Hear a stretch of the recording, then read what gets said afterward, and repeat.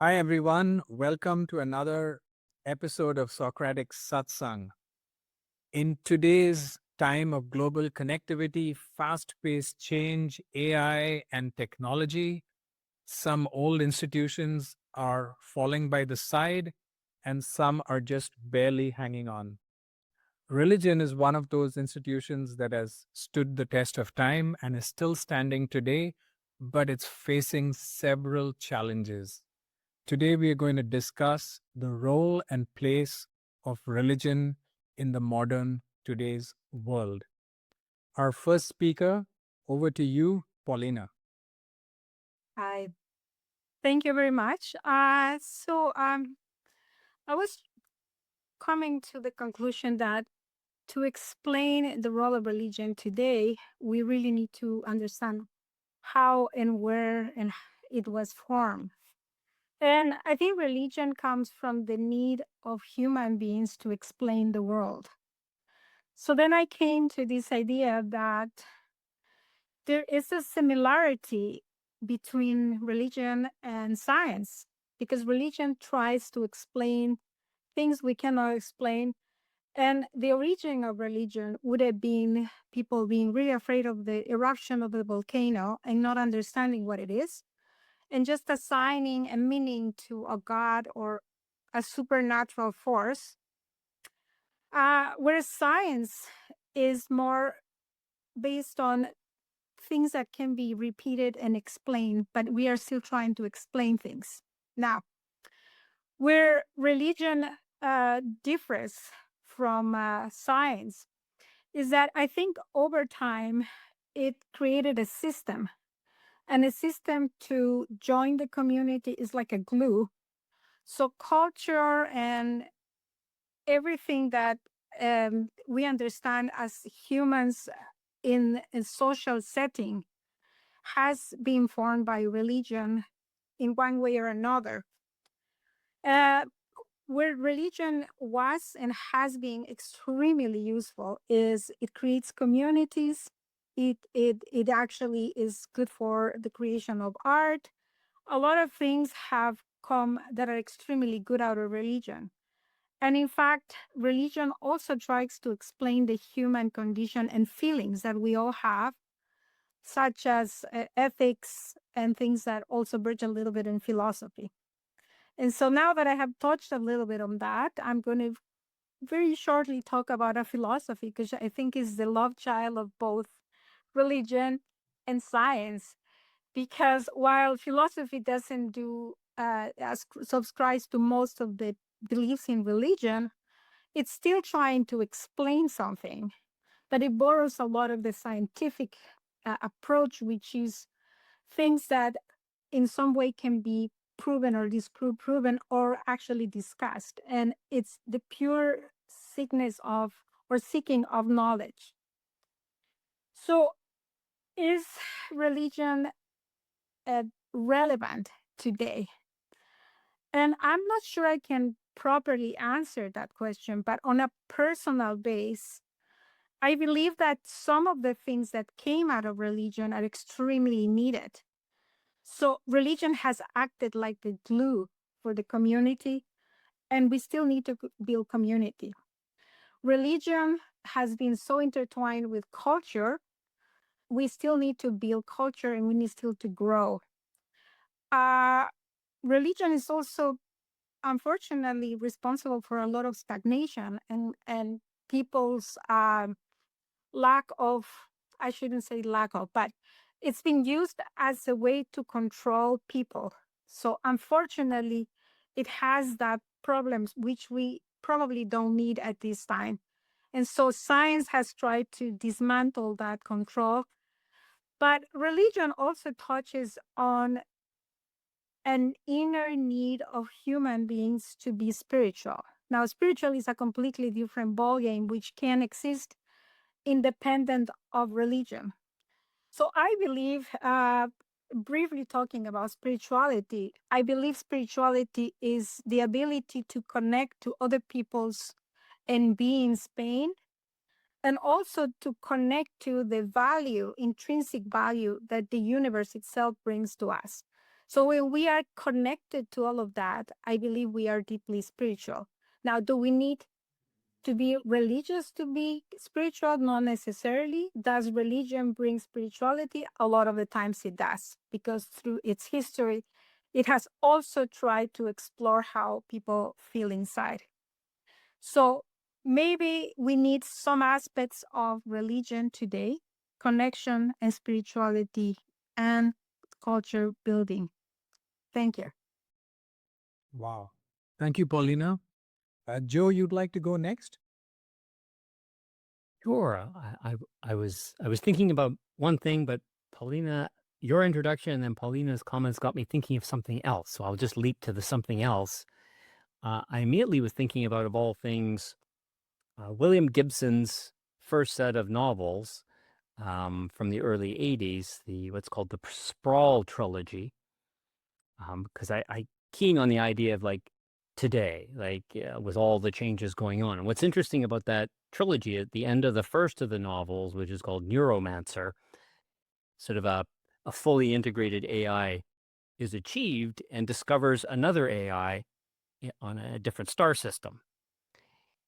And the remainder of the trilogy, one of the things that happens is basically religions, everybody's mythologies fragment. And as a consequence, then sort of like society sort of spins into almost chaos and then, everybody reverts to almost very almost rudimentary religions, mythologies, almost like an emergence of reemergence of almost like a paganism, which is a really interesting element in those novels. And that suddenly it's like almost like people's mental landscape just goes kaboom. And I think that's an interesting analogy. And to Paulina's point, religion is interesting because it's institutional, it's formalized. It's at times, at least in my experience, of what I've encountered in religion, which is very specific. Maybe I'll come back to that later. Very rigorous, like trying to put together a massive system, and in the experiences I've had, with incredible intellectual honesty and aggression. And that's, not matched easily elsewhere in society. And also picking up on Paulina's point about religion endeavoring to explain things, and then science comes along and picks off one part of the puzzle, but in a way has not been anywhere near as successful at extending its reach and building a system that moves into people's ways of living. And when you see the intensity with which religious wars have been fought, and we see that today. I keep always thinking of like the early to mid 17th century of all things, just the phenomenal brutality. They really brought their game to brutality, and it's like, well, why were people so invested in tiny differences in theology? And it was in part because so much of their way of life was entwined in and given meaning and giving substance by the system to which they were pledged. So I find it's a fascinating complex. We'll come back to other things. I was thinking about Emil Durkheim and his studies of different types of societies and communities based on their religion and different patterns. But we'll come back to that later. I'll stop there. Wow. Thank you. Who'd like to go next? Yes, George. Yeah, it's hard to follow those two introductions. I think Paulina and Jody did a great job of like summarizing a lot of a lot of like interesting points around like religion today and where it's come from. It's quality. Like that's kind of repeating a lot of what I've been thinking.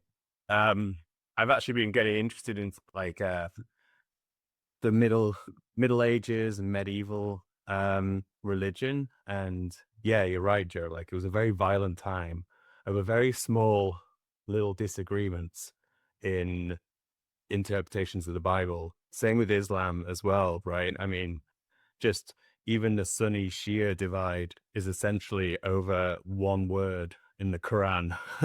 And it's crazy how, these divisions can arise out of such small, nuanced sort of divisions within one text.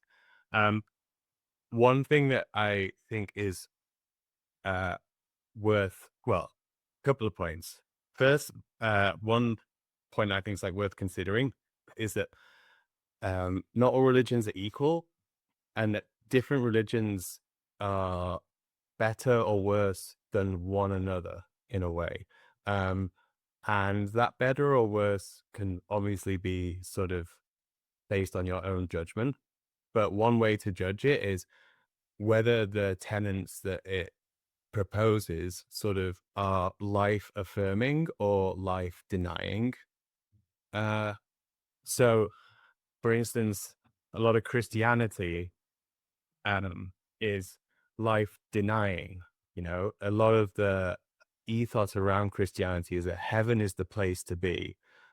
Being on earth right now is not like, you know, this is just a waiting station for heaven, and all the good stuff starts in heaven. And that's life denying, right? That's putting the focus on something that's not here and now and on this earth, and saying that something on another earth is better.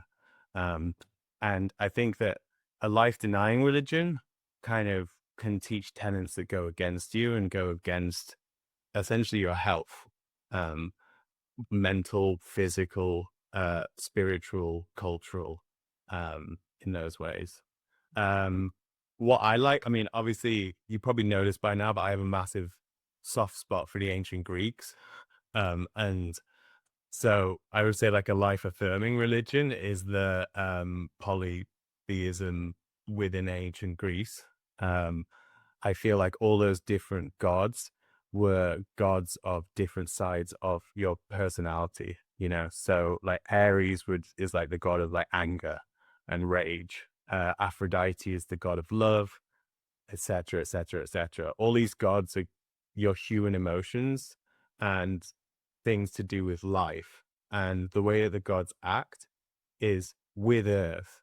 And there's no, you know, the beyond afterlife in ancient Greece wasn't too hyped up. I mean, it kind of existed, but it wasn't a better place, which, you know, is the best place in the world. It just sort of was a thing that happened afterwards. So I would say that the Greek religions were more life affirming, and so were better, you know, like in terms of the quality, like how do you qualify a religion? Like I would call the ancient Greek religions better than a Christianity, which is life denying. So I guess that's my main point.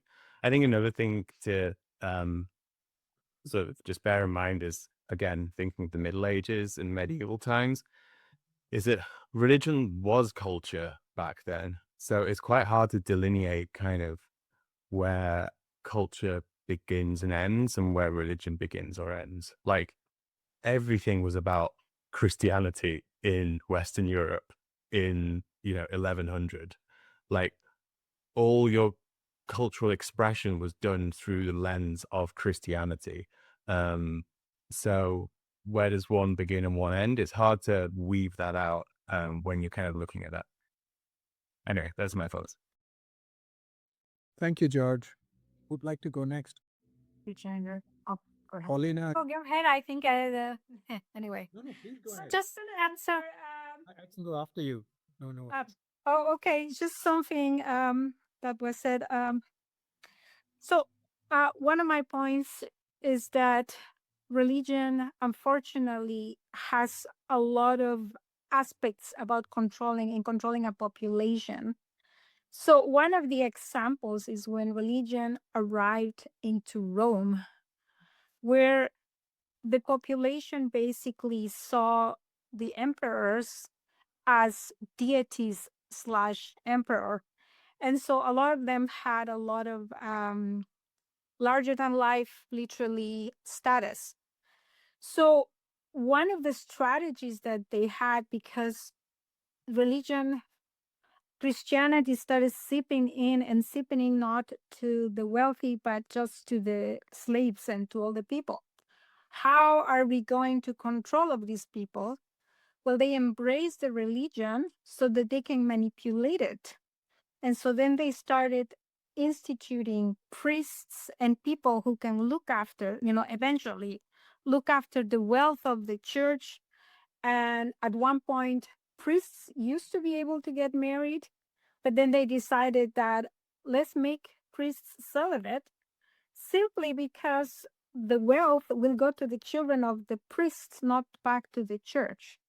So the point for me is that even today is not that different in many of the religions, is definitely used as a weapon of control. And I'm sorry I use the word weapon, without removing at the same time the value that religion has, because religion has a lot of wisdom in it. But it is the users of religion who tend to use it or to grab it to manipulate what's around. Even many of the cultures, and I'm not going to name names, but how women are perceived, you can see throughout the history of some of the religions where women had a lot more freedom, and then they have less, and then they have more. And it has to do a lot with how the society wants to control its population. And so for me, repeatedly again, I said there's no too much value in religion, but the gifts of community, culture, and spirituality, more importantly for me, are extremely important to continue. Thank you. Thank you, Paulina. Okay, I'll go next. This is a big topic for me. And the reason is because I've oscillated heavily on this. There were times when I was completely into religion. There were times when I was anti-religion and went the other way entirely based on what was going on in my life and what religion could do for me. So I've made some notes, which I'm going to refer to while I'm speaking, because I've given this some thought. And I'm going to be talking about religion about today and what it does today more than anything else. Karl Marx said religion is the opium of the masses. Religion is often the moral pedestal on which the weak, cruel, evil people stand to be able to judge others, then punish, bully, kill, plunder, murder, rape, and traffic others. It is a tool that can cause immense harm. But this is true for most tools. They can be misused. Other tools would include knives, guns, money, power, and even education. Do we ban any of those? No, but we should keep an eye on them, just like any other tools. My point is that weak, immoral, exploitative people will look for things that they can use. And that religion is one such thing. It doesn't make religion on its own bad or good. It's just something we have to look out for. It's also equally true that religion has given hope to millions, cured innumerable people from situations and illnesses, whether it's psychological or not, that's different. It's helped people find their way when they're lost. And the real question that comes is, in today's age of technological marvel, instant coffee, instant sex, instant gratification, instant porn, we are also facing the highest levels we have ever seen of people being disconnected. Loneliness is at a peak. Anxiety is at the highest it's ever been. And these are just realities of where we live today and how we live. I myself am a practicing Hindu with a fair understanding of Hinduism. My wife, Kirstyn, comes from a deeply Christian faith. Stillness, meditation, inquiry have been my contribution to our relationship. Kindness, inclusivity, and faith have been hers. One connects to the divine from within, the other looks without. But in spite of these differences, more than 90% of the teachings are similar. There's a huge overlap. Religion has helped us as a couple sometimes through our darkest phases. Religion is probably one of the best known tools for spirituality. I don't think religion on its own is spirituality. It's a tool for spirituality and probably the best known for spirituality and humility. It gives us roots, it grounds us, we stand and build on those roots, and our life comes from there. It provides principles, framework, structure, humility, and kindness.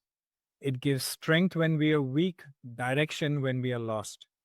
It also connects us to our ancestors. Why is that important? It's important because ancestral knowledge is a compass. To know where you want to go, it helps if you know where you've come from. My in laws, Greg and Vicky, are the kindest, most inclusive people ever. They're also incredibly healthy, wealthy, successful, highly educated, and well respected in society. They serve their community at every single opportunity that they can.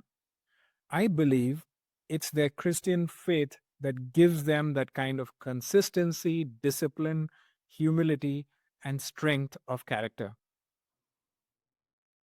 It's crazy what religion can do if it's used right. Um, I'm currently reading a book from the Bible. My wife is exploring Hinduism through Swami Vivekananda. I'm going to use, and there's similarities between the two are stunning. I'm going to use the words gods and angels interchangeably, so bear with me. If we examine mythology, gods live among us humans or lived amongst us humans. They bred with humans. They spawned a race of demigods with a lot of power. There's stories of humans being taken to the places where gods lived, seen what's going on. There was corruption, there was debauchery, there was wars over this. There are books, again, religious books on architecture, design, structure. What do you think I'm talking about? If a Hindu listens to me right now, they'll think of Hindu books and the Agamas. If a Christian listens to me, they'll think of the book of Enoch. It's funny how there's so much similarity, even though they are from two different continents and far apart. It's fascinating, and I think there's a lot to explore in ancient wisdom. There's scientific, philosophical perspectives that have yet to be understood and keep being explored. To conclude, my thinking is that in this current age of information, instant gratification, high anxiety, and peak loneliness, religion is more relevant than it's ever been. It needs more study, more exploration, more discussion, more inclusivity, more understanding, and needs to be embraced more than it's ever been. Religion is more relevant today than it's ever been in the past. That's just my view. Thank you. Over to you, Leon. Sure. Yes, Finn, that was very excellent, and I see that you really thought it out, and probably should add to that in the sense that uh, a common thing I used to believe was that religion and science were somehow at odds with one another. It's true that a lot of our ancestors actually used spirituality to explain aspects of the natural world.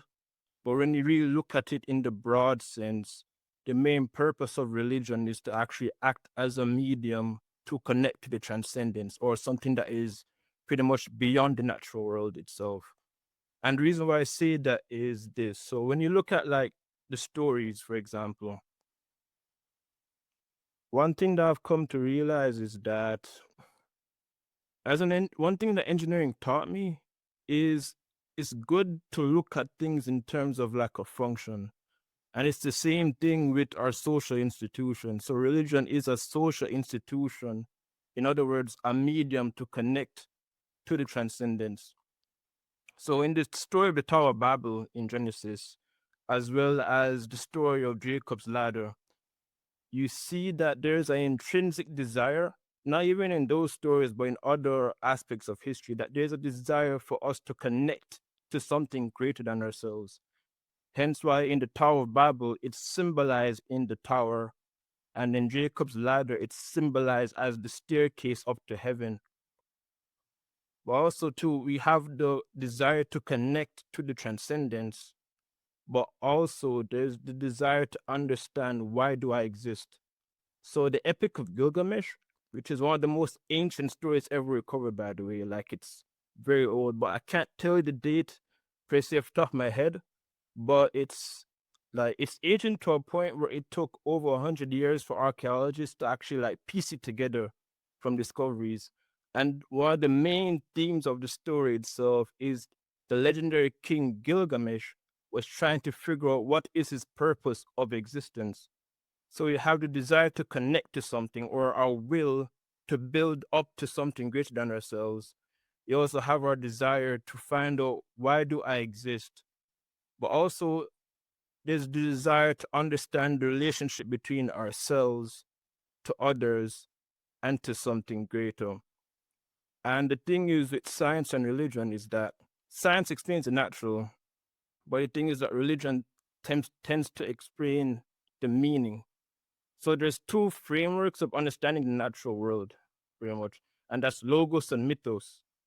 Logos is what we typically tend to talk about the most, which is basically science and mathematics, understanding what is natural rationally. But the thing is with mythos is that it explains truth in a narrative framework, especially aspects of the human condition itself, which is very difficult to rationalize. So Young, who really helped me see this, constantly observed, and you said that too, like, and I love that you brought it up, was that he would constantly see symbols and themes, motives, characters, ideas that were constant in cultures all throughout history, even in cultures that had no contact with one another. And they're basically trying to explain what was called the transcendent truths. In other words, truths that are eternal as it relates to us. So there's another book called Immortality. Can't really say the full title off the top of my head, but it's a great book by Stephen Cave. And he was showing that throughout history, almost every civilization was pretty much supported by immortality narrative, which is interesting. Civilizations had a framework that we believed in as it relates to what it takes to become immortal. In other words, to build something greater to ourselves. So each culture had either a narrative regarding the soul, resurrection, family, children, your offspring passing on and they live through you, or by your name. In other words, achieving a great feat to a point where people can remember you. And the thing is that it seems like there's something regarding meaning that's tied to like a narrative framework itself. So Ian McGilchrist, who really wrote some excellent books on this topic, The Matter of Things, for example, he said that happiness, which I like that you brought up our present day age, we tend to have a big obsession with happiness. So I need to be happy, so on and so forth. But McGilchrist said that happiness is at the present moment, but meaning ties past, present, and future. Our ancestors had very difficult circumstances that they had to deal with. Like, for example, infant mortality was much higher. There was much more war, disease, famine, but yet they still lived. And a big reason because of that is because when you have meaning, or when you're grounded to something greater than you, it still gives you the will to drive towards something. I think Nietzsche actually mentioned something around that. I'm sure George will talk about this in one shape or form. How without mythology, like mythology is one of the greatest. I'm paraphrasing Nietzsche, but how mythology is something that is one of the greatest achievements that mankind has, in the sense that how it can explain certain things that, well, that's difficult to rationalize, but also it's relational, because we understand the world in the framework of a story in one way, shape, or form, and that affects the relationship that we have with ourselves and to others and to something greater. So one example I can give is, and I also would like to clarify too, in certain aspects of the Gnostic um faiths, the Gnostic heresies in early Christianity and in fundamentalist Christianity, they tend to more so have the worldview that the world is corrupt, only heaven. But the original apostolic Christian worldview is actually that heaven and earth is supposed to join together. So in the Lord's Prayer, Christ says, "Thy will be done on earth as it is in heaven." So you reflect what is called the agape love. So as a Christian, you reflect the love and the sacrificial love of God from yourself to other people.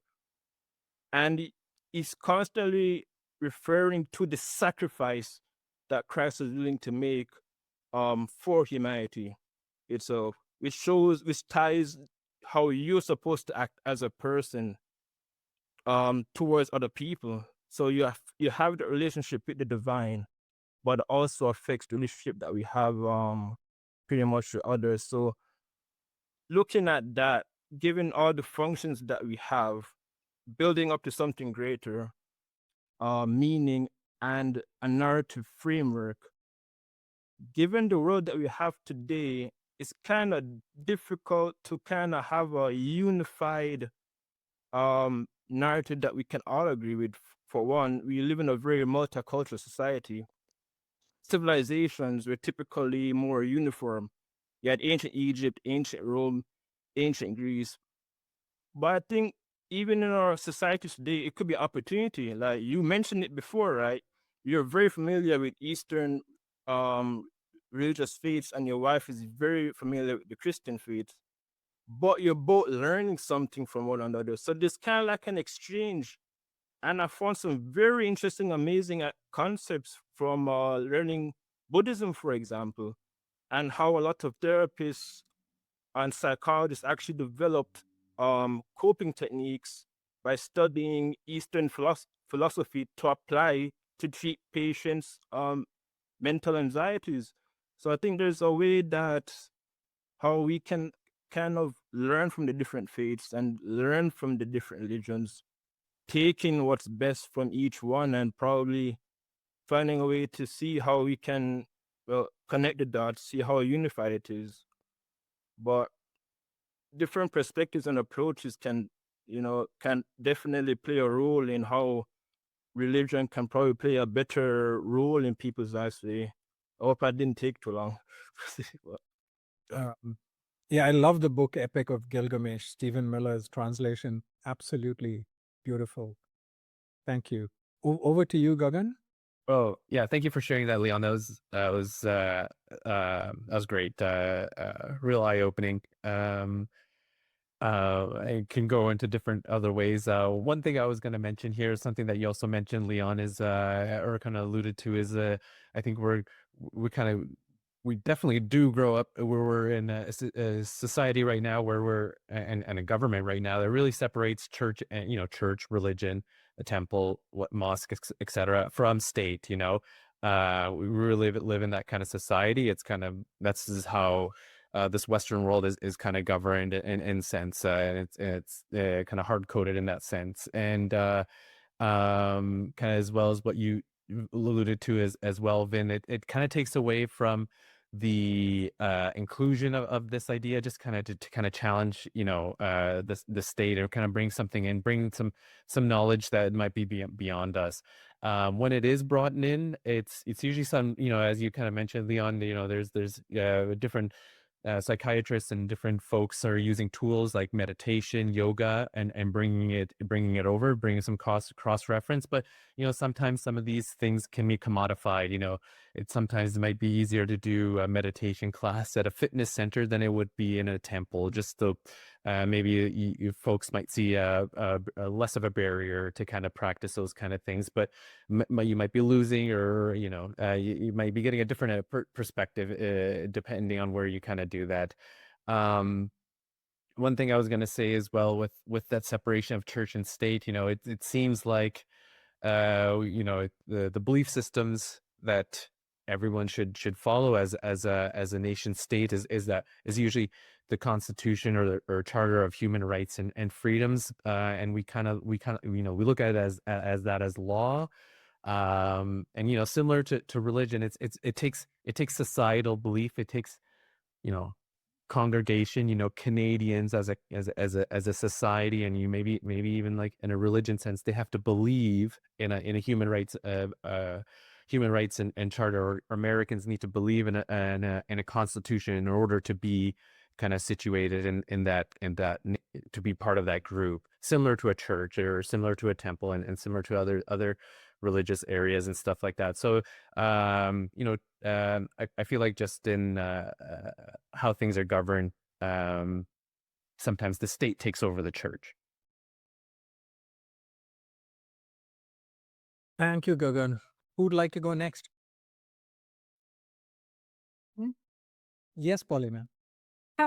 Just a short comeback to your beautiful description of why we need religion. I definitely agree that religion is a tool and it can be used in a good and a bad way. I myself have been already in 3 different religions, and I know for sure that there is so much overlap.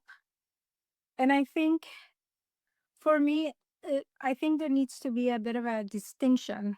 And most sacred writing, most original writing of religions have this core spiritual glue. So because as human beings, what we are really after is spirituality, connection, the understanding of others, and by that I mean not just humans, others as other living beings, plants, animals, the universe itself, in a way that feels deeply connected inside, not in a mental way, but in an emotional connection that goes beyond words. You want to feel as part of everything.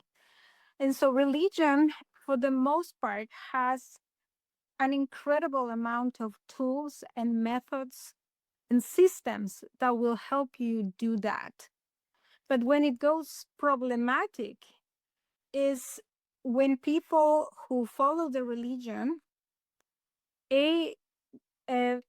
fall entrapped to somebody else's manipulation of those writings or those knowledge, that they are using these rules and regulations to get people to do what they want with the disguise of religions. And that's what I'm talking about. So I have no problem. In fact, I love when people are deeply religious. I myself try to get in deep knowledge of different texts from Hinduism. I was a Buddhist for some time. I've been a Baha'i. I was raised a Christian. And I have loved every moment. I savored every moment of that connection that those texts give you. But religion is so tied to culture and to what culture is doing at the moment. And unfortunately, sometimes the culture can have a bit of a it makes you look at the way you look at things and the way you interpret. Like, in Christianity, there's a lot of acceptance of slavery, for instance. And that's the part that I have a problem with some religions, because they were written at the time where slaves were normal. And today, morally, we cannot accept slavery. Yet it's part of a religious text.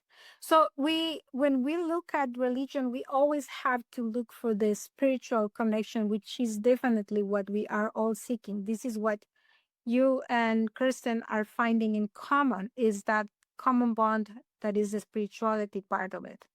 Thank you. Thank you, Paulina. Kirstyn. Okay, I think I'm on. Yeah, so to touch on a few of these pieces, I agree, Paulina, I'm 100% with you on that, in that it's a spiritual seeking. And very similarly, have had deeply spiritual experiences across multiple traditions. And I think it's having that capacity to interact and engage in different practices from different cultures all over the world, different religions, and really kind of getting to see that there is generally a very common thread. And that is this deeper connection, connecting with something that is greater and beyond us. And just speaking to this piece about kind of science and spirituality, where I think there has been kind of this pendulum swing, at least in kind of like Western world, Western medicine, Western psychiatry, where it's certainly gone more toward science. And of course, we want that. It's important. That's where we have, different medicines, diagnoses, treatments, all really, really important. And a criticism is that there is this lack of the spiritual, of whether that's through religion or or just another spiritual practice. But I think kind of like Leon, what you kept touching on was this being connected to something greater than us. And I just think, anytime that you go to, say, a doctor's appointment or even a mental health practice, it's, do we ever ask those questions of, what is your connection to something kind of beyond? And I think so much anxiety can be from this place of feeling this need to control, that we don't have something higher than us. And it makes me think of like alcoholics or AA, Alcoholics Anonymous, which I know has certainly its own criticisms and so forth, but this idea of surrendering to something that's bigger, and that there can be this just release and a weight that's lifted. So I think that where there's been kind of a pendulum swing over to the science side, and we wouldn't want a pendulum swing all the way back by any means, I think finding that integration is really key.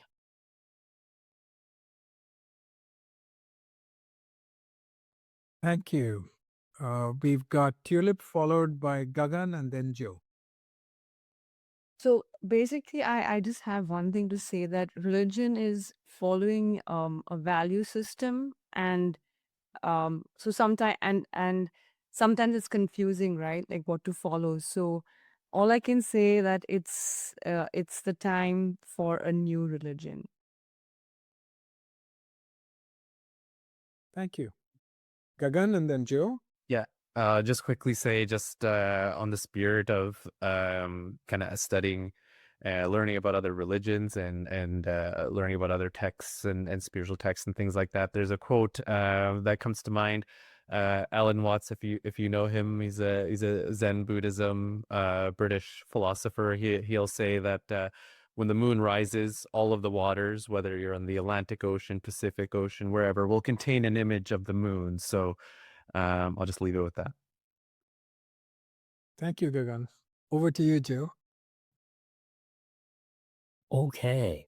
Well, I'll start with pick up something that Kirstyn referenced with Alcoholics Anonymous and AA, and the idea of the role, some of the positive role that religions can play in sometimes some of the more trying parts of life. So AA is very interesting because they are very consciously modeled on a religious movement in the 19th century called the Oxford Movement, which was an attempt to sort of rekindle a personal spirituality and sort of an incorporation of faith into life, which in 19th century England was kind of like way out there. So that's one example.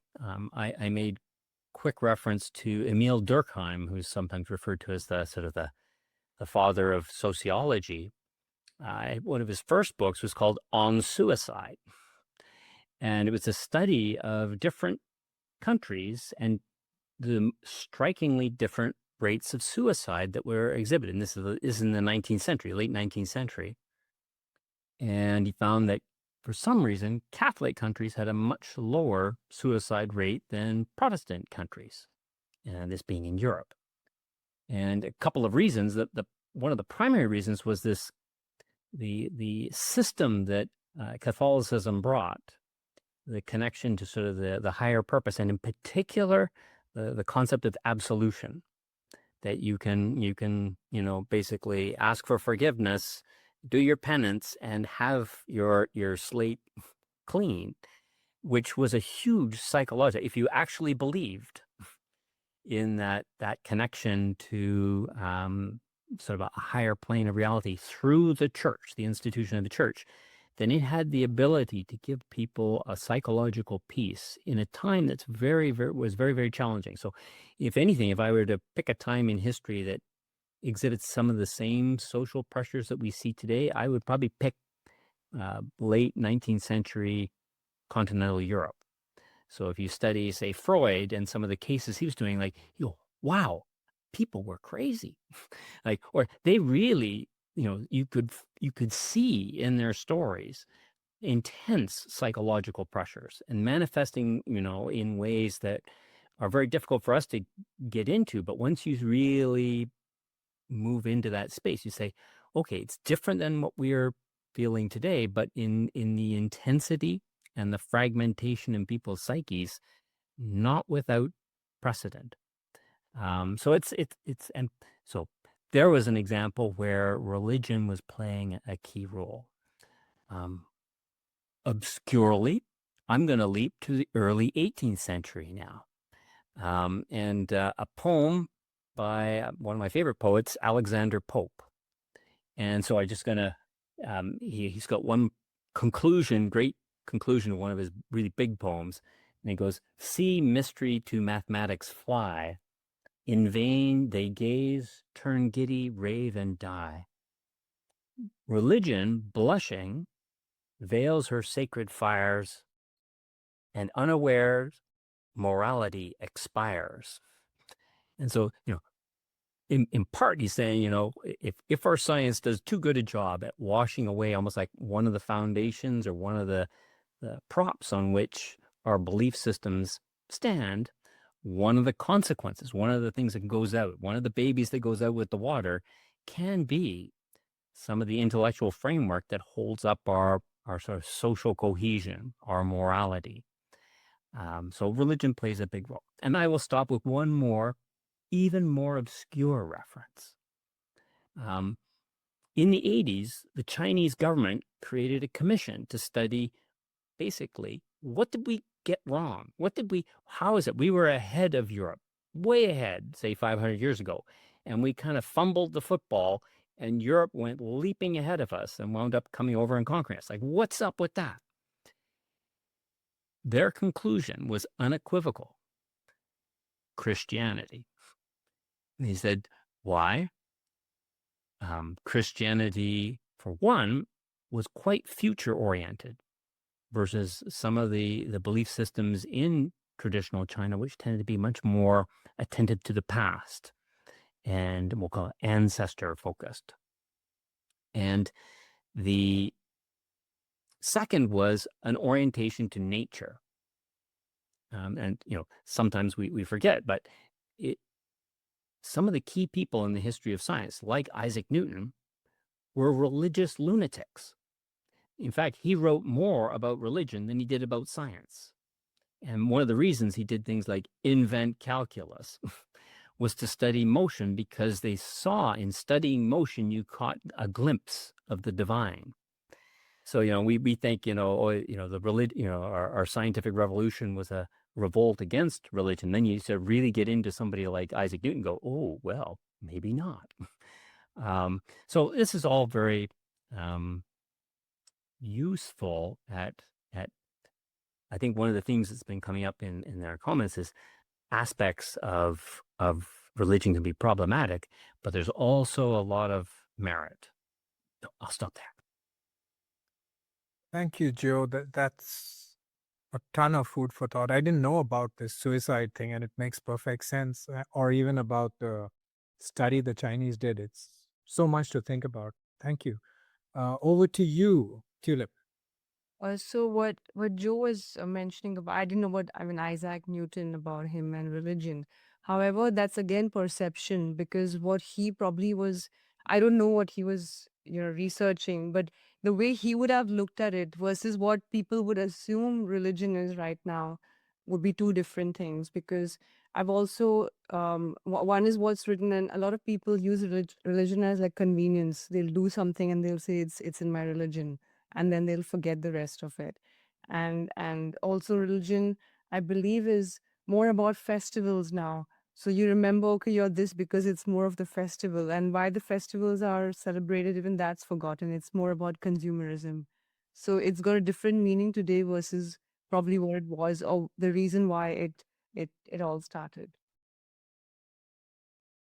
Thank you, Tulip. Who'd like to go next? One, Paulina. one very tiny one.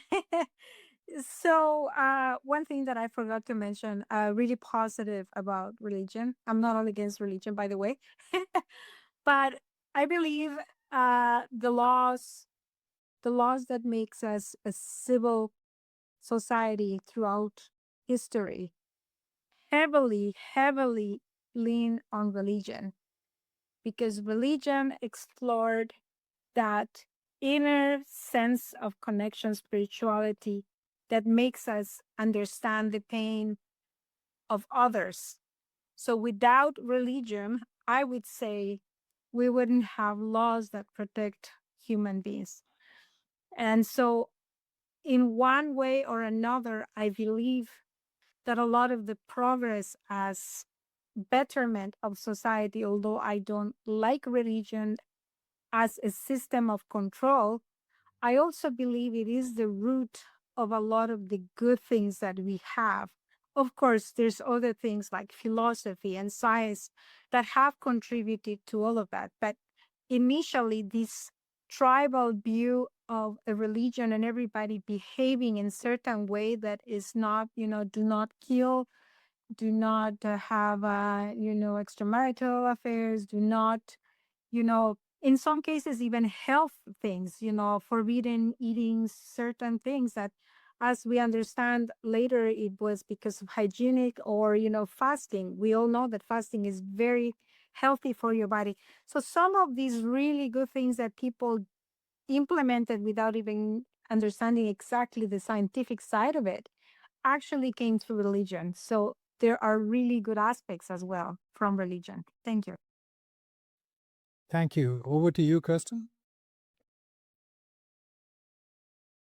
Yeah, I think it keeps coming back to, there are these there's pros and there's cons. And I think one thing that I think has been touched on a little bit, and this is on the con side, right, is um, also religious trauma. And I think this comes a lot from that control piece with religion, when there is a certain way that a person is required to live and or be a certain way, and oftentimes if that is against maybe just who they are innately, and being told that that they're wrong, or if they're acting in a way like to get their needs met, and that's against the dogma or however, and people, these do become really deeply embedded, and so there is that piece as well that I think is just important to touch on, and that often comes, that those teachings start at such a young age that it really does become a part of the person's psyche growing up.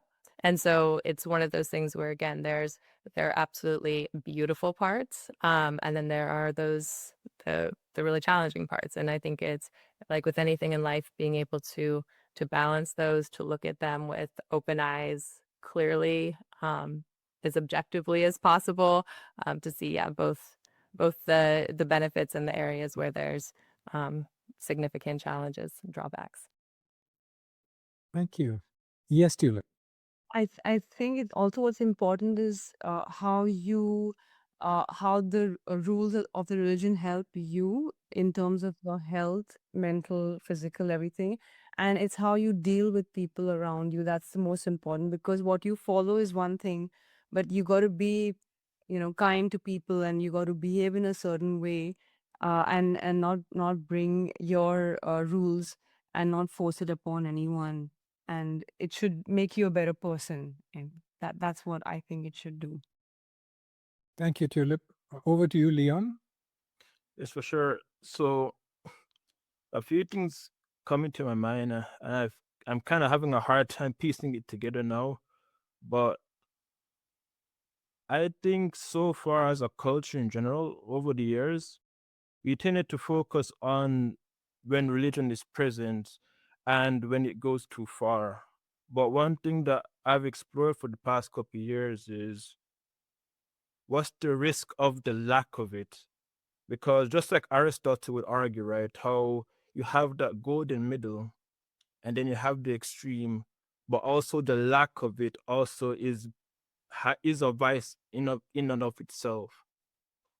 The thing is that Dostoevsky actually warned in his novels that the innate nature of humanity to connect to something greater, if it's not connected to something transcendent, it will just only be replaced. So if you remove the transcendent itself, something else will just come to take its place itself. And that was pretty much the theme in his novel, Demons.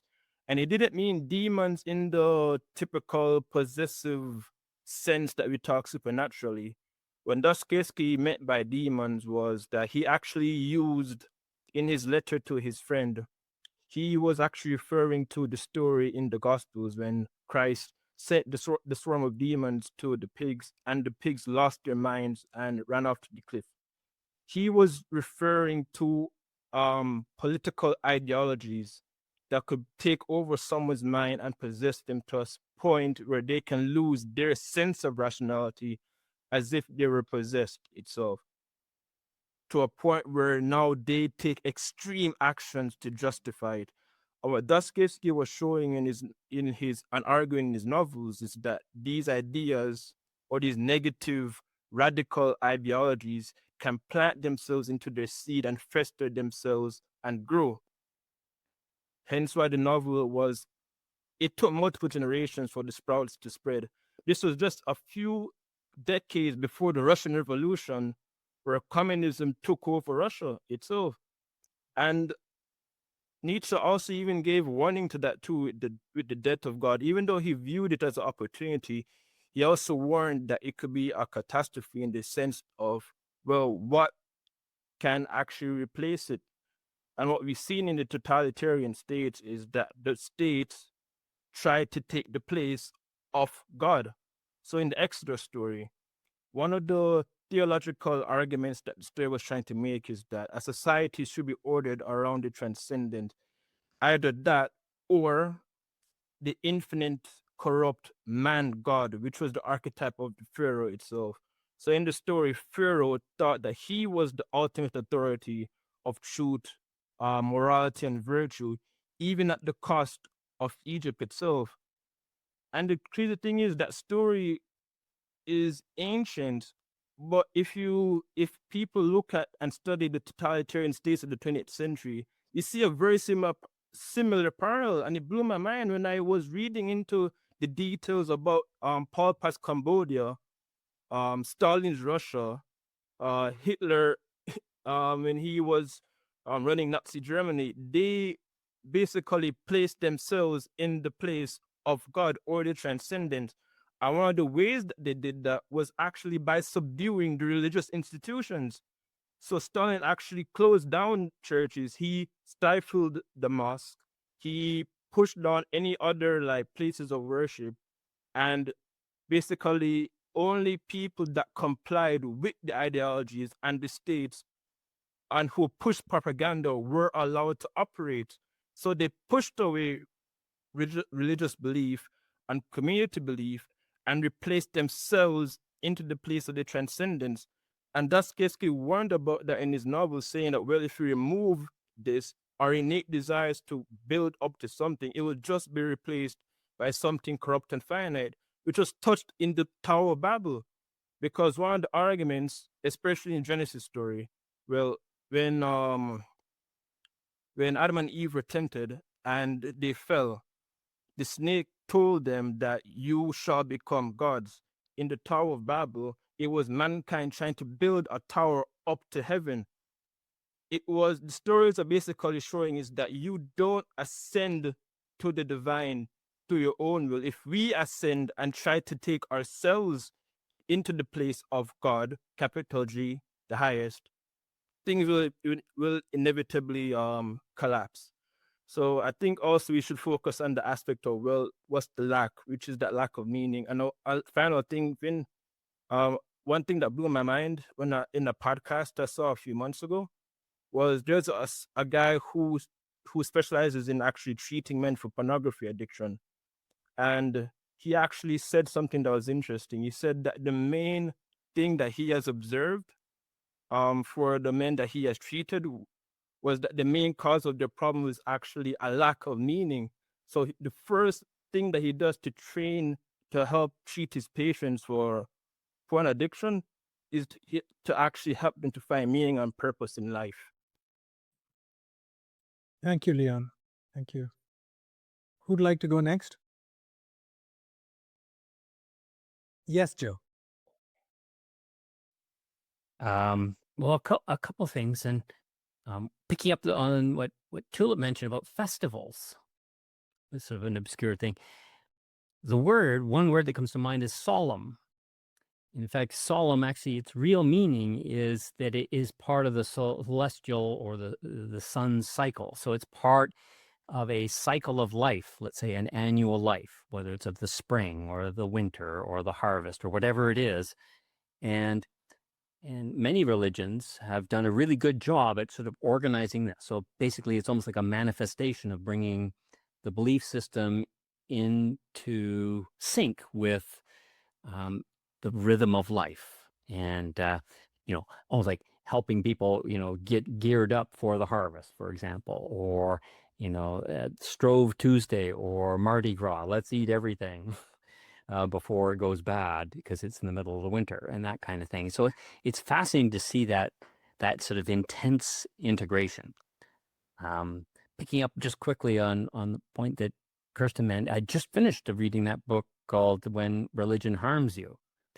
And it just blew my mind. Like it was just, I still can't quite get my mind over into a place where a religion would endeavor to implement that kind of control over anybody. Like it's so alien. So again, as I briefly touched on at the beginning, my background, I wound up going to because we moved all the time growing up.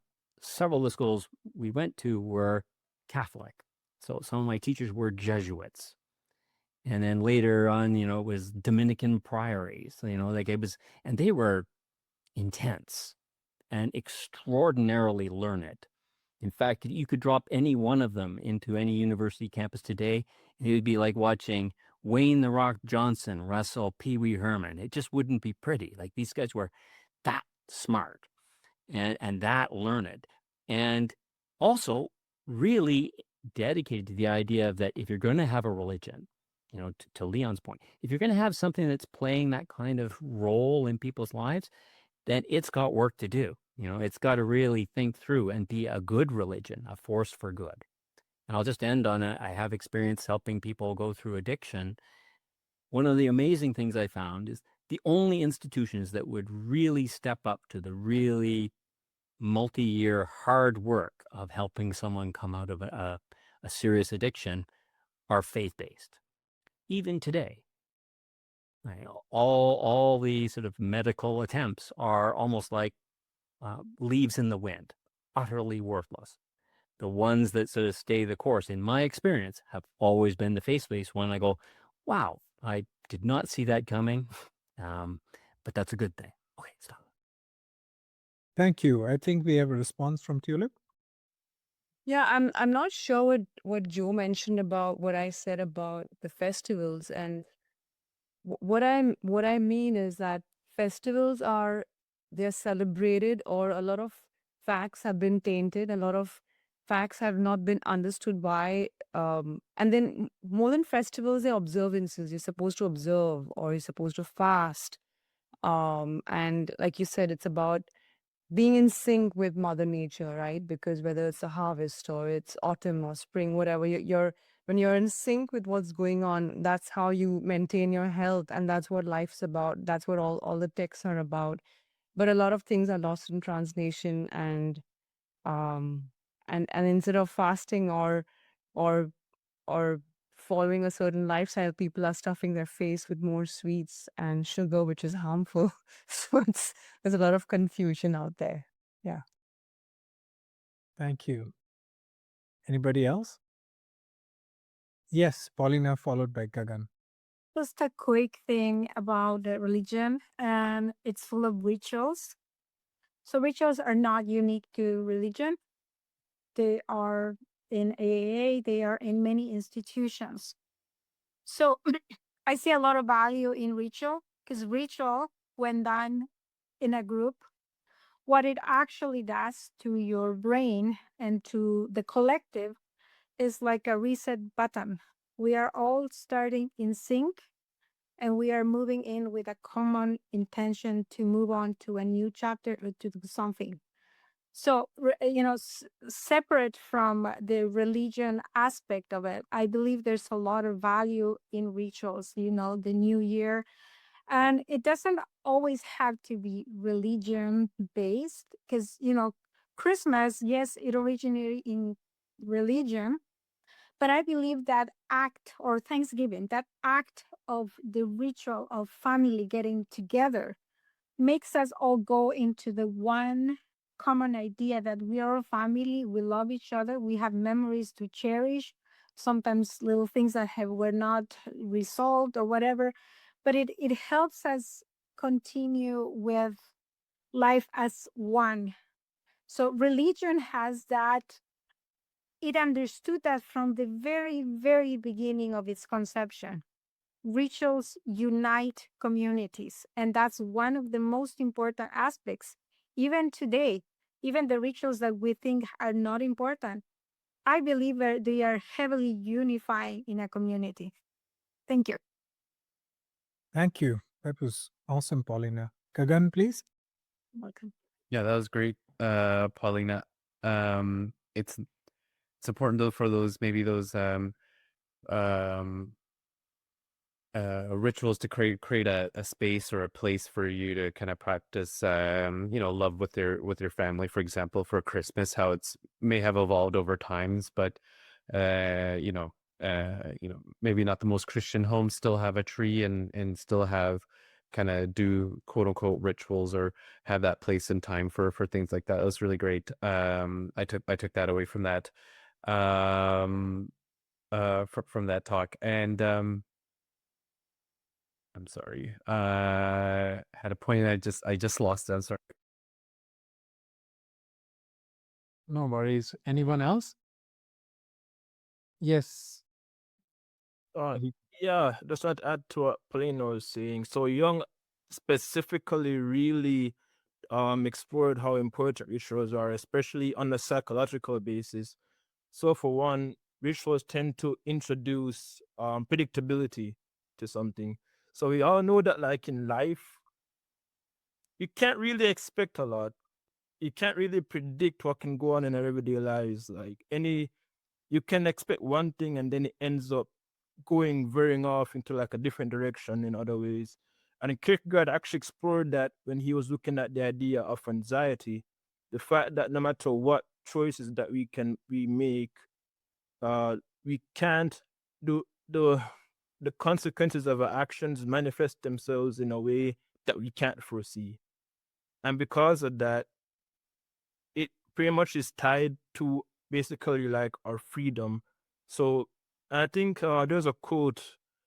I don't know who said it per se, but something about like man is an anxious animal or something like that.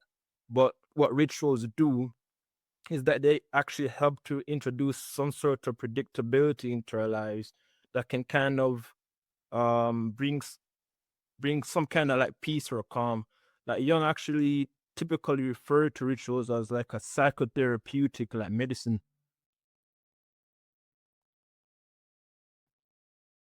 Thank you, Leon. I guess we've run out of speakers. Yes, Joe. Just one last thing. One last thing. Strange, an obscure book reference, a really good book called Inventing the Individual.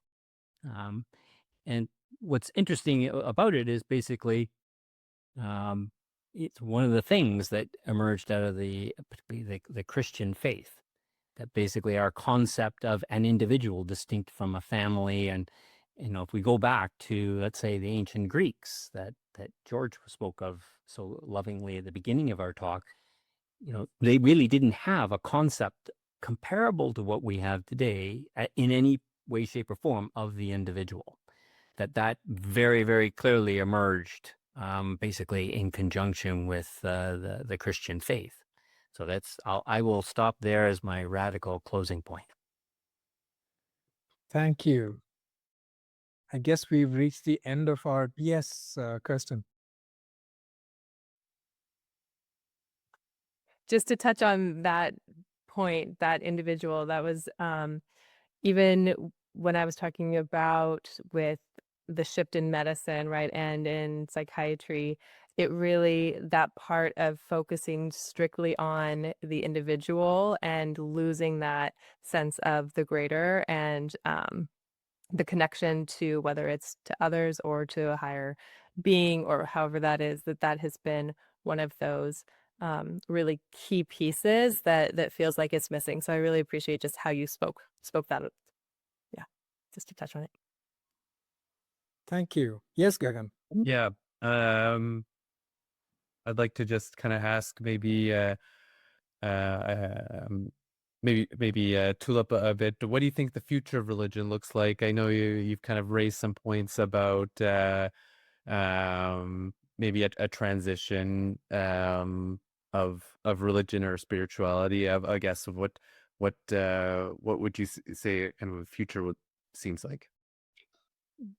Well, I don't know what the future would seem like, but I definitely do know that we need to create something which is more relevant today.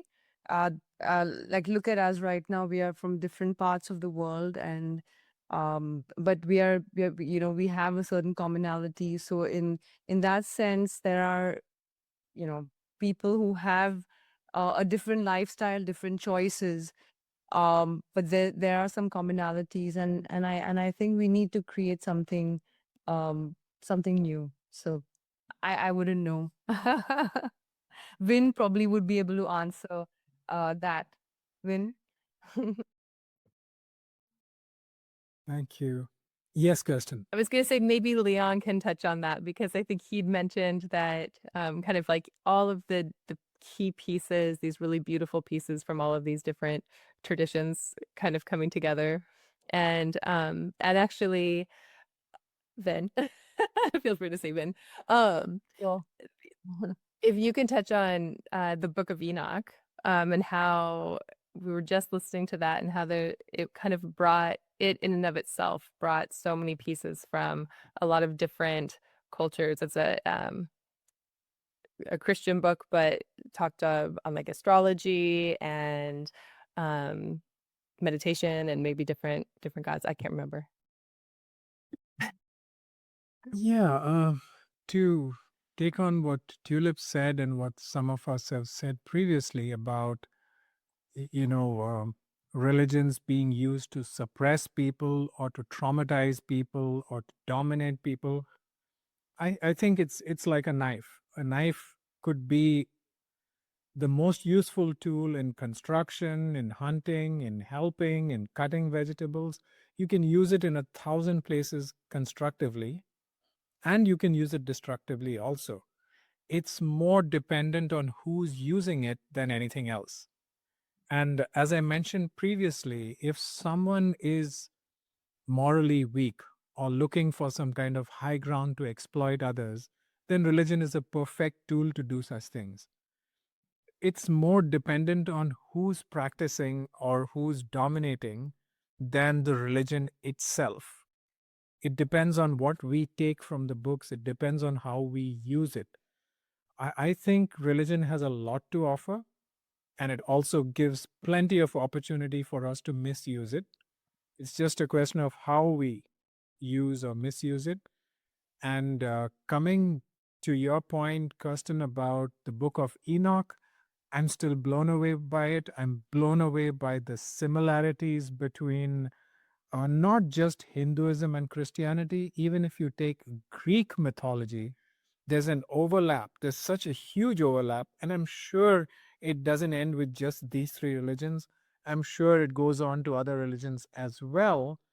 And it makes you wonder how, or there must be so much science, there must be some ancient civilizations. There has to be more than just the mythology. And I think it needs to be explored. It needs to be explored with open intellectual minds rather than dogma or looking at ways to dominate others with that knowledge. It's a gold mine. And I think that with today's technology, with AI, with all of this, we'll be able to discover a lot more than what we already know. And as we discussed before, things like loneliness, anxiety, depression, and as Joe mentioned earlier about alcoholics or addiction, religion being so important to cure, we just need to figure out how we can use it, just as we use AI or we use computers or we use the internet for everything. That's just my view. Thank you. Yes, Jim. Sorry, I need to. Okay. Thank you, Tuli. Yes, Joe followed by Gagan. Okay. So just quickly, our resident Nietzsche scholar George has stepped away. So on his behalf, I will chime in. And we recall that one of the probably Nietzsche's most famous declaration is God is dead. And he continues with, and we have killed him.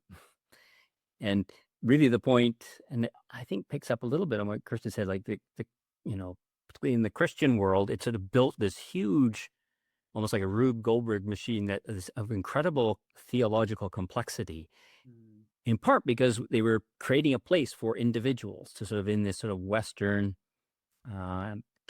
emerging capitalist sort of world, and at the same time try and keep the festivals, the thinking, the morality, to actually keep a society together. And really Nietzsche was saying, if you take it away, and Leon, as you said, if you take away that sort of that spirit or that higher plane, if you pluck it away, then it, something's going to step in. And Nietzsche's whole point is then you have to do the hard work. And I think Tulip stepped away because she was just about to be assigned the task of doing it, of building a replacement religion. Like, okay, then, smarty pants, you have to put the pieces together and build a new one.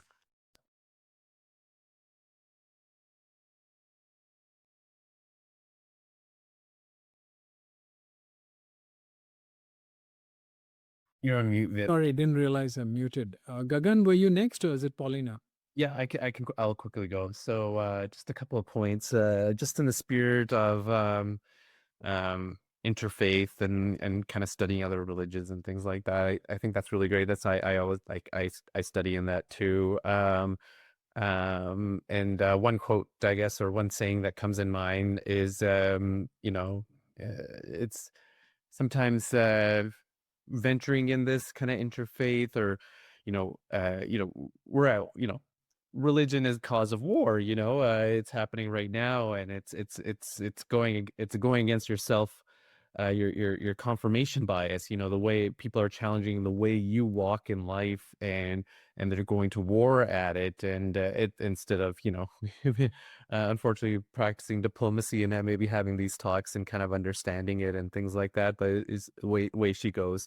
But don't one saying is, don't be the person who never who never makes the climb, but critics the climbers of enlightenment. And it's easy to judge from a valley, and it's hard to ascend for yourself. So it's I think these kind of talks are important.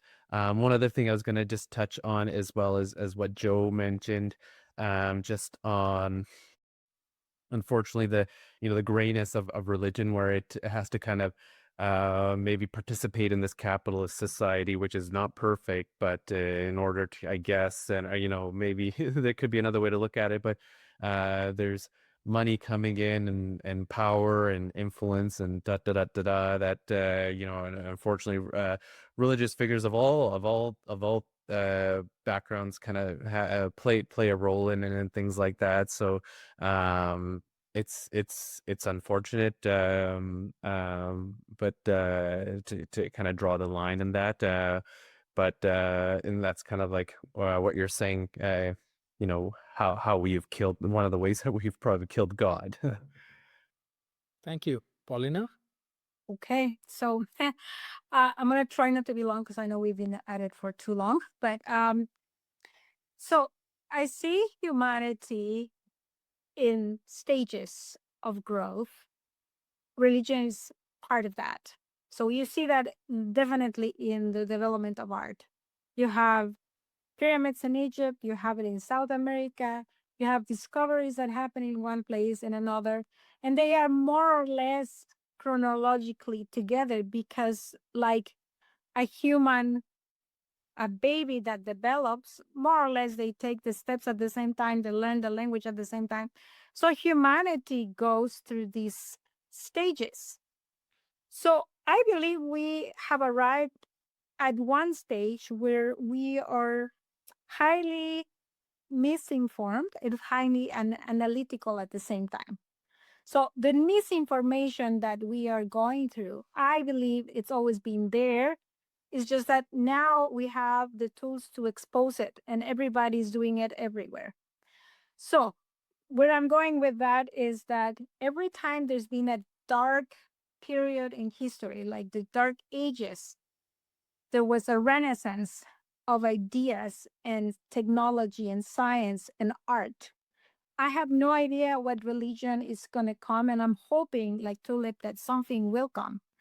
But I believe that we are all starting to feel sick and tired of not connection and misinformation and too much bombardment of information. We don't know where to discern. So my only hope for the world is that we find a religion that helps us be truthful from within, deeply truthful and connected. And maybe, and I'm hoping it connects by gathering the wealth of information that is very common from every corner on the planet, from all religions. I think we just need something that is unifying. That's it. Thank you. Thank you, Paulina. I guess we've reached the end of our discussion. Thank you, everybody. It's been enlightening. It's been deep. It's been wonderful.